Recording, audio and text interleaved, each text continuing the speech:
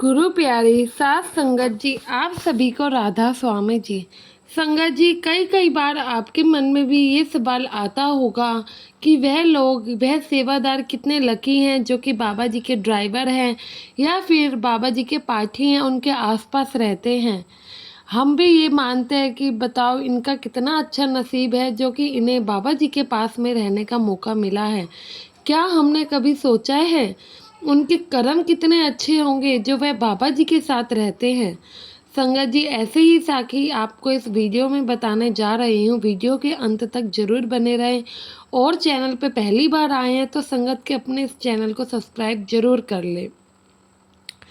संगत जी, बाबा जी के एक ड्राइवर थे और सारी संगत उन्हें कहते थे कि तुम कितने लकी हो जो कि तुम्हें 24 घंटे बाबा जी के साथ रहने का मौका मिलता है। उनकी यही सोच उन्हें कभी भजन सिमरन नहीं करने देती थी, क्योंकि ड्राइवर साहब सोचते थे कि भाई इतने साल मैंने बिता दिए, लोगों को कितनी मुश्किल से बाबा जी के दर्शन करने को मिलते हैं, लेकिन मैं तो कितना लकी हूँ जो कि हमेशा ही बाबा जी के साथ रहता हूँ। लोग भजन सिमरन करके बाबा जी के दर्शन करते हैं, मुझे तो हर रोज़ ऐसे ही गुरु के दर्शन हो रहे हैं, भला मैं क्यों भजन सिमरन करूं।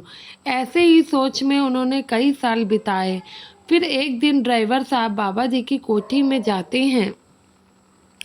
उस समय बाबा जी टेबल पर बहुत सारे कागज लिए जोड़ तोड़ कर रहे थे और अपने बच्चों का हिसाब किताब चेक कर रहे थे। जब ड्राइवर साहब ने बाबा जी को देखा कि वे हिसाब किताब कर रहे हैं तो ड्राइवर साहब कमरे के बाहर ही रुक जाते हैं।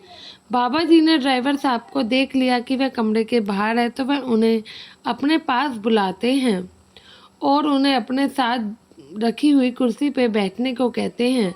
उसके बाद बाबा जी फिर से हिसाब किताब में लग जाते हैं।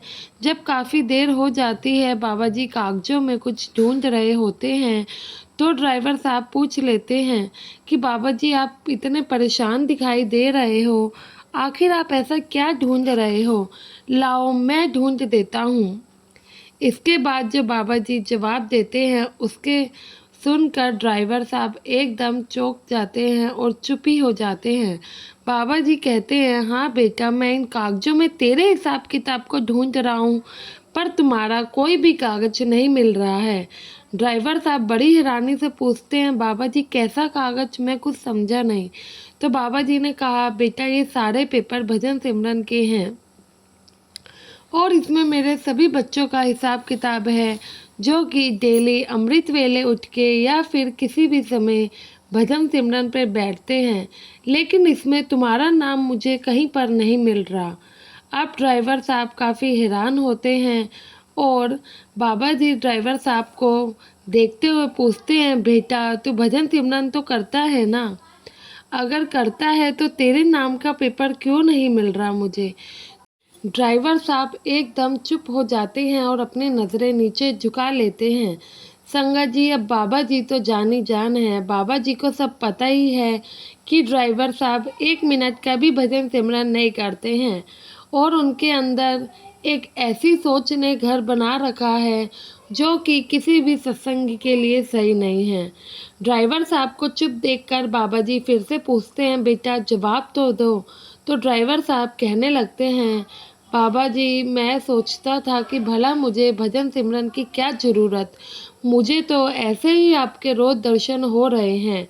जब बाबा जी ड्राइवर के मुंह से ये जवाब सुनते हैं तो वह बहुत हैरान होते हैं और कहते हैं, बेटा सारे सत्संगी यही सोचते हैं, इसलिए आज मैं भजन सिमरन करने वाले पेपर चेक कर रहा था और बहुत सारी संगत ने मुझसे नामदान तो ले रखा है, लेकिन उनके नाम का पेपर यहाँ है ही नहीं। वो भी यही सोचते हैं कि हम सत्संग चले जाते हैं, साल में 5 से 7 बार बाबा जी का दर्शन कर लेते हैं, फिर भला हम भजन सिमरन क्यों करें? और तुम्हारी भी सोच कुछ ऐसे ही है। अगर भारी दर्शन करने से संसार से छुटकारा मिल जाता तो जितने इस संसार से जा चुके हैं उन्हें कभी लौटना ना पड़ता, एक दिन यह दुनिया भी खाली हो जाती। बाबा जी आगे कहते हैं, बेटा मुक्ति पाना इतना सरल नहीं होता है, मुक्ति पाने के लिए हर रोज़ मरना पड़ता है, घंटों मेहनत करनी पड़ती है। मेरे दर्शन करने से कुछ भी हासिल नहीं होगा। गुरु के दर्शन इसलिए करे जाते हैं कि मन इधर उधर ना भटके, भजन सिमरन आसानी से हो सके। छुटकारा तो तभी मिलेगा जब घंटों बैठकर तुम अपने शरीर को तपाओगे और भजन सिमरन कर लोगे। बाहरी आंखों से हमने क्या देखा, किसके दर्शन किए, यह कोई मायने नहीं रखता है। मालिक को इन सब चीज़ों से कोई लेना देना नहीं होता है। फिर बाबा जी ने अपने माथे पर उंगली लगाते हुए कहा कि बेटा, जब ये तीसरा द्वार खुल जाए तो समझ लेना तुमने तरक्की कर ली है। बेटा, जब मालिक का द्वार खुलता है तो बहुत खुशी होती है और मालिक को भी खुशी होती है। जब हम अपने ध्यान को यहाँ तीसरे तिल पर इकट्ठा कर लेते हैं, अपने अंदर मालिक की पहचान करते हैं, दूसरा और कोई जरिया नहीं है। इधर ड्राइवर साहब को बाबा जी की समझाई सारी बात समझ आ जाती है और उस दिन के बाद जब ड्राइवर साहब से संगत सवाल करती है तो ड्राइवर साहब संगत को यही सारी बातें समझाते हैं। ड्राइवर साहब ने संगत को बताया कि अगर भजन सिमरन नहीं करेंगे तो कल को जब भी बाबा जी तुम्हारे हिसाब किताब का पेपर ढूंढेंगे तो उन्हें नहीं मिलेगा, क्योंकि तुमने भजन सिमरन करा ही नहीं होगा।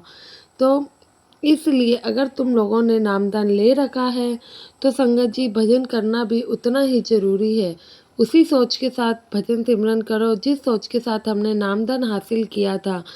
अगर हम पे सद्गुरु ने बख्शिश करी है नामदान की तो बहुत बड़ी बात है। उन्होंने हमें इस काबिल समझा है ताकि अगर हम भी भजन सिमरन करेंगे तो बाबा जी के दर्शन हमें भी होंगे और इसी से मालिक का हम शुक्र अदा भी कर सकते हैं। बाबा जी ने ड्राइवर साहब को कितनी आसानी से यह बात समझाई कि शरीर जब दूसरे शरीर के दर्शन कर लेगा तो उसे कभी मुक्ति नहीं मिलेगी। अपने सत्संगियों में भी बाबा जी कई बार ये कह चुके हैं, गुरु शब्द रूपी है और संगत को भी ये समझा सकते हैं, लेकिन हम ही लोग नहीं मानते हैं। और जिस नाम से, जिस मेहनत से हमने भजन सिमरन लिया है वो लगन हमें कहीं पे भी नहीं दिखती है। आशा है आप भी बाबा जी की इस बात को समझेंगे और अपने भजन सिमरन को ज़्यादा से ज़्यादा समय देंगे। संगत जी कमेंट में राधा स्वामी ज़रूर लिखिएगा और संगत के अपने इस चैनल को सब्सक्राइब जरूर करें। गुरु प्यारी साथ संगत जी, आप सभी को राधा स्वामी जी।